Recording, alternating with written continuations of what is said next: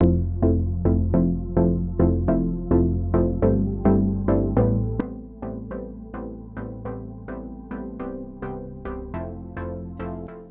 to Business Mentorship, Keepin It Real, where we feature entrepreneurs and enterprise leaders who share their stories in our guest blog, found on shareyourstories.online. Our guest is Hilda Gan, award-winning author, motivational speaker, and work culture expert. We're going to discuss how selling her family-owned business led to creating a new venture, helping others to rev up your potential. And Hilda joins us from Toronto, Ontario. Welcome. Thanks for having me, Trish. Looking forward to our conversation. You know, Hilda, you have been experiencing quite a stellar career. You've been a nurse, you've been in IT, engineering, HR, and a serial entrepreneur. You're definitely a corporate leader who has become a business owner.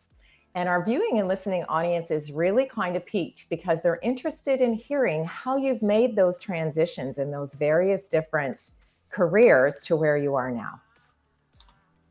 So it's really interesting. I had a passion for, I love science, I love math, and I love people.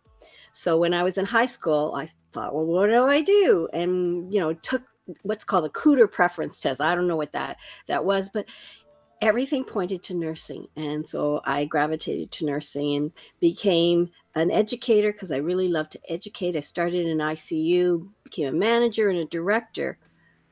And I went back to school to get my master's thinking, okay, I'm going to be a CEO of the hospital one day. That was my goal. And as I'm finishing my course, my husband says, I'm thinking of starting a company. And he's an engineer, right? So essentially, I went there to kind of help him a little, but the company kind of took off and it just made sense for us to put all our eggs in one basket. And I remember talking to my girlfriend and saying, of all the jobs that I've ever had so far, the one I loved the most was when I was manager in the ICU and CCU at Mount Sinai. And then I proceeded to say why I loved it. I was responsible for the quality and education of the staff and supporting them and helping them grow. And I'm going, wait a minute. I'm going to be doing exactly the stuff that I love to do, but I'm just doing it in engineering instead of healthcare. So I never look back and say, oh, look, I could have been the CEO and da, da, da, da. No, because I got to live what I love to do most just in an engineering setting. And I mean, I met my husband in engineering when he was in engineering school because I kind of grew up with engineering in my brain anyway. So Sure. It was a wonderful journey to be together. So then it just evolved from there of all the things that I love to do, growing our business. And we grew it to 125 people, 7 offices across Canada. Like what kind of experience and joy I had developing that.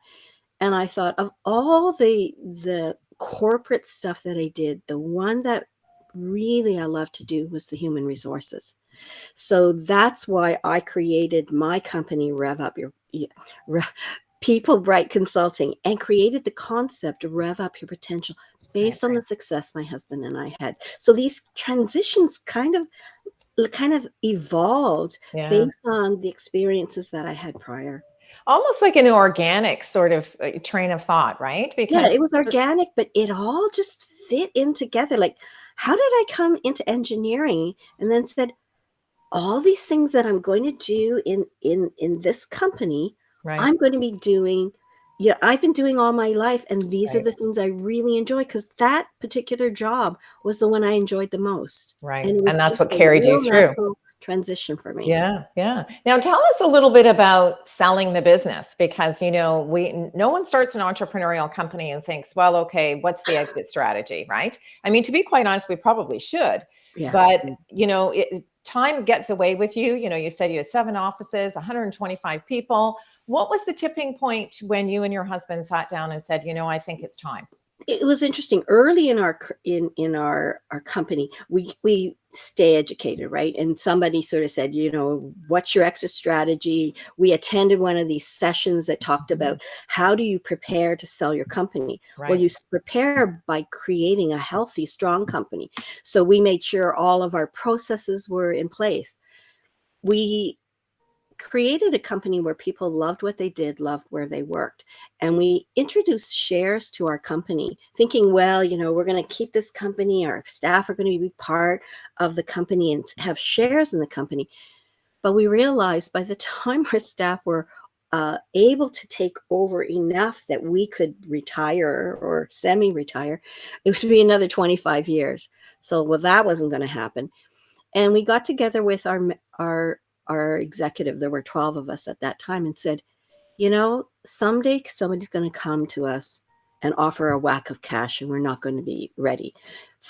Since we were 5 years old, people would come and say, oh, you must have all these headaches with IT and HR. And we said, no, actually, we're fine. And then we said, someday somebody's going to come and we're not going to be prepared. So we hired KPMG to help us with identifying what would it take to sell our company. And we actually created this 12-page checklist document. And when we finished it, we said, we've gone to all this trouble. Maybe we should just put it out there and see. We're never intending to sell, but we did. And the company that acquired us were number one on all criteria, except where they were tied for number one.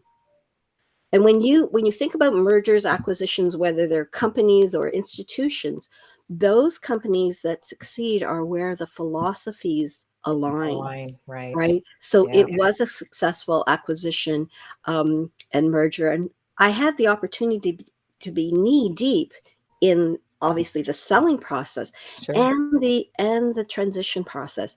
For 4 years, I was part of the team as we rolled out. We were lucky in that this company really had a 9-month process to bring us on board. I know, unusual. And I was on this side of the fence, and they were coming up every week.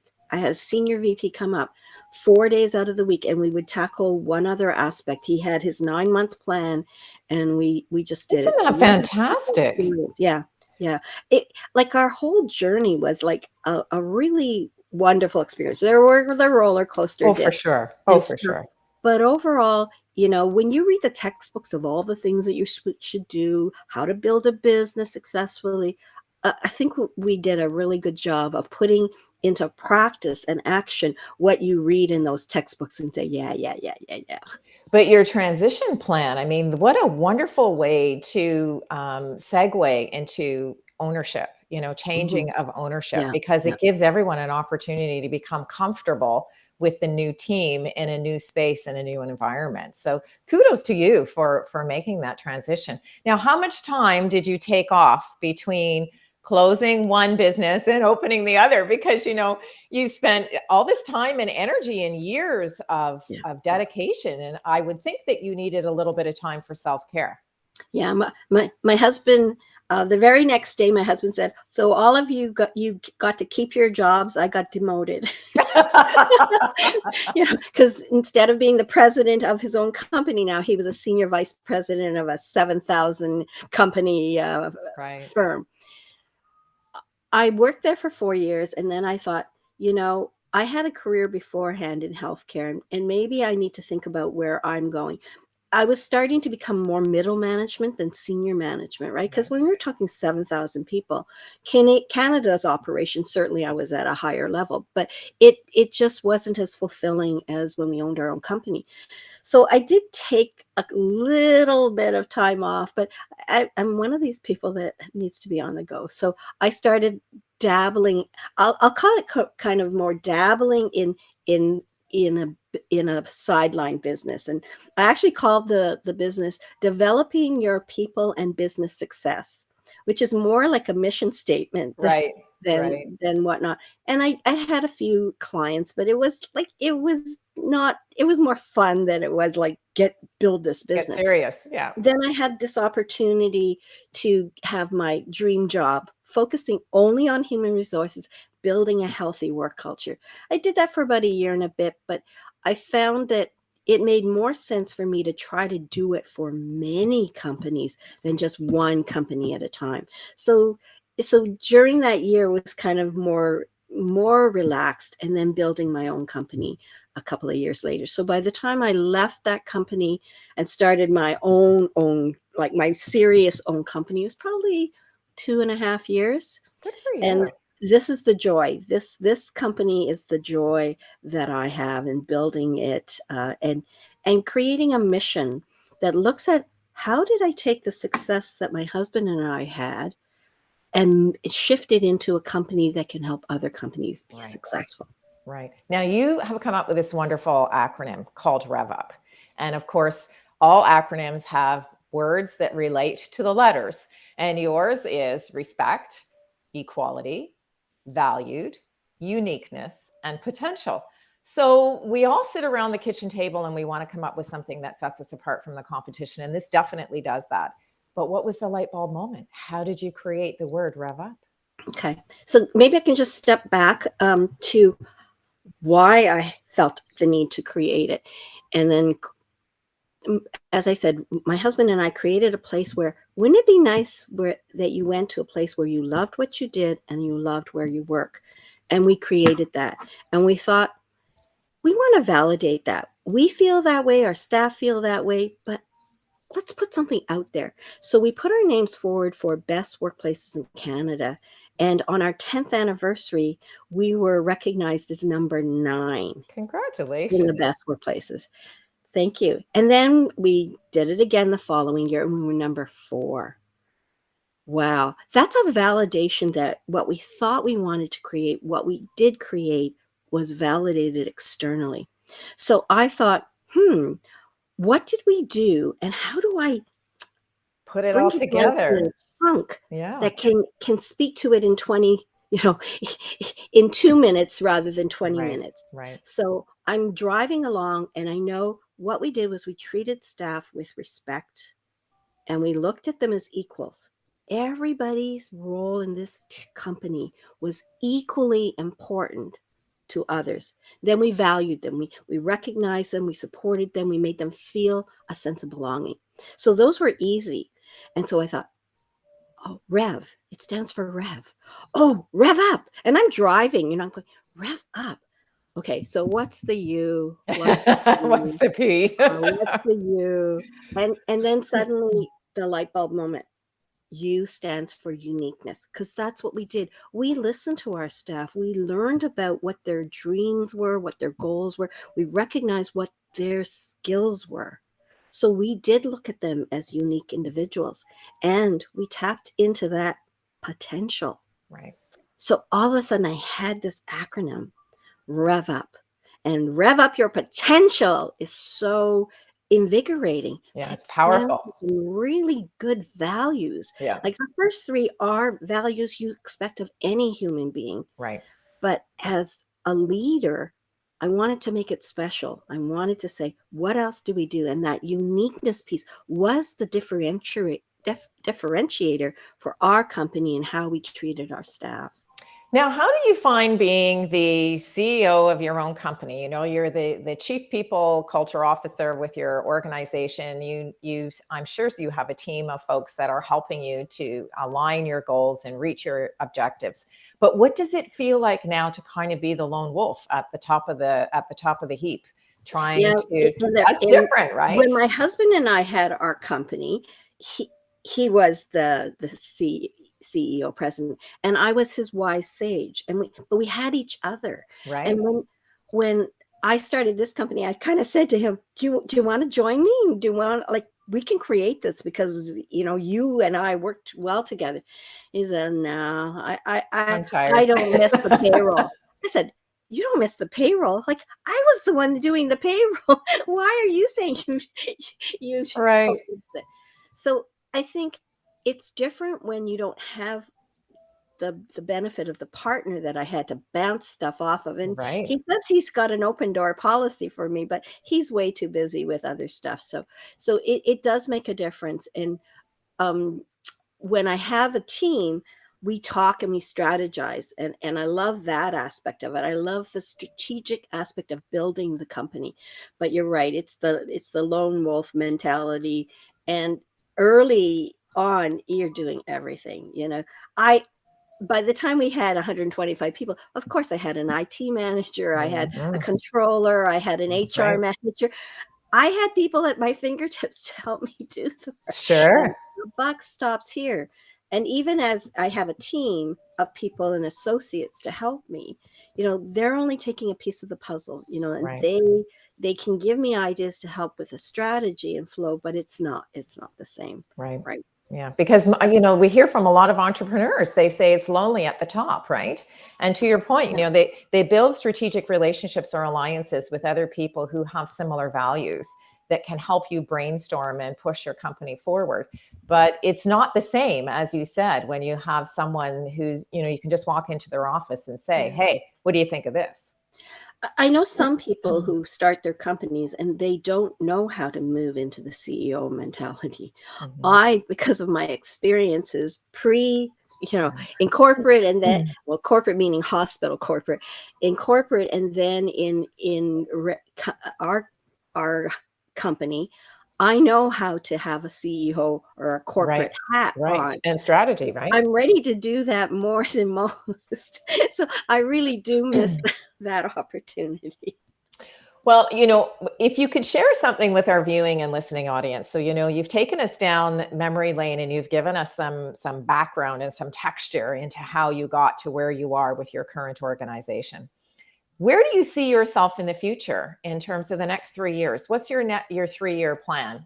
Taking a look at today, where would you like to be in the next 3 years? So COVID really has done a number on all of us. And It sure has. Pre-COVID, I was, on a really great trajectory. Yeah, we were all running at Mach 2 with our hair on fire, right?